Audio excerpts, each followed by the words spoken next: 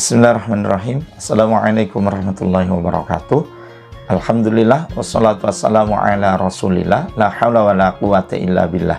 Amma ba'du, sahabat sekalian yang dimuliakan Allah, kita berharap saudara-saudara kita yang tahun ini bisa berkesempatan untuk menunaikan ibadah haji di seluruh belahan penjuru dunia, dan mungkin ada beberapa yang sudah kembali pulang ke daerahnya masing-masing, itu mendapatkan predikat haji mabrur, ya, yang Allah tidak akan membalasnya selain dengan surga. Al-hajju mabrurun laisa lahul jaza'u illal jannah.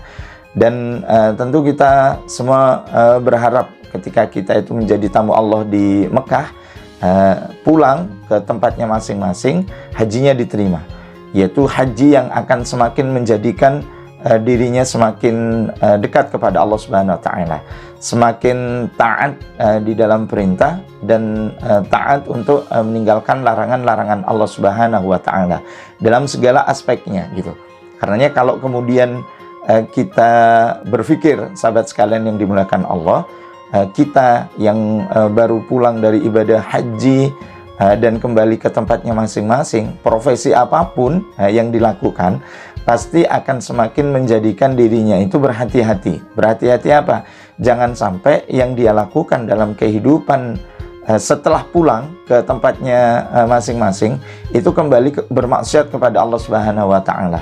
Jadi mungkin ada di antara kita yang berprofesi sebagai pedagang, maka setelah menunaikan ibadah haji, menjadi pedagang yang jujur, menjadi pedagang yang adil gitu ya, menjadi pedagang yang senantiasa menjaga akad dalam jual beli misalnya. Pun juga kalau kita yang menjadi pembeli, ya, maka kita pun akan menjadi pembeli yang senantiasa menjaga akad di dalam aktivitas jual beli ya. Kalaupun toh ada di antara kita yang menjadi seorang guru, pendidik atau pengajar misalnya, maka insya Allah ketika kita berharap hajinya itu diterima, maka tentu yang kita ajarkan itu adalah sesuatu yang baik-baik, sesuatu yang akan menjadikan diri kita dan anak didik kita itu semakin bertakwa kepada Allah Subhanahu wa taala.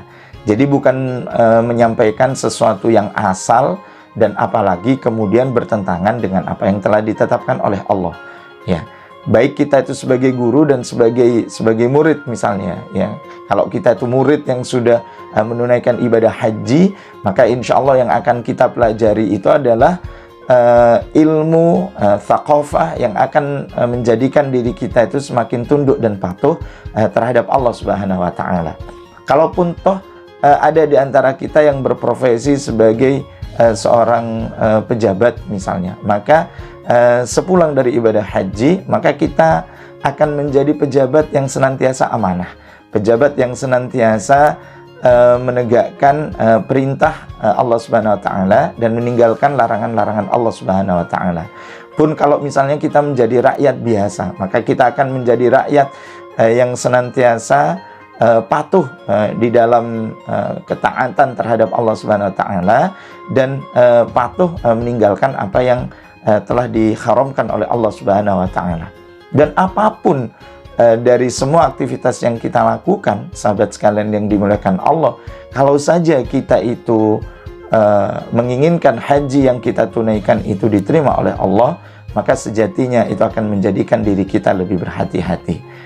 Bagi kita yang belum menunaikan ibadah haji, kita berdoa terus sambil berikhtiar agar kita berkesempatan untuk menjadi tamu Allah di Baitullah dan pulang ke tempat kita masing-masing, kita akan menjadi haji yang mabrur, haji yang pengorbanannya diterima oleh Allah Subhanahu wa taala, haji yang setiap aktivitas tingkah lakunya itu senantiasa mendapatkan perhatian dari Allah Subhanahu wa taala.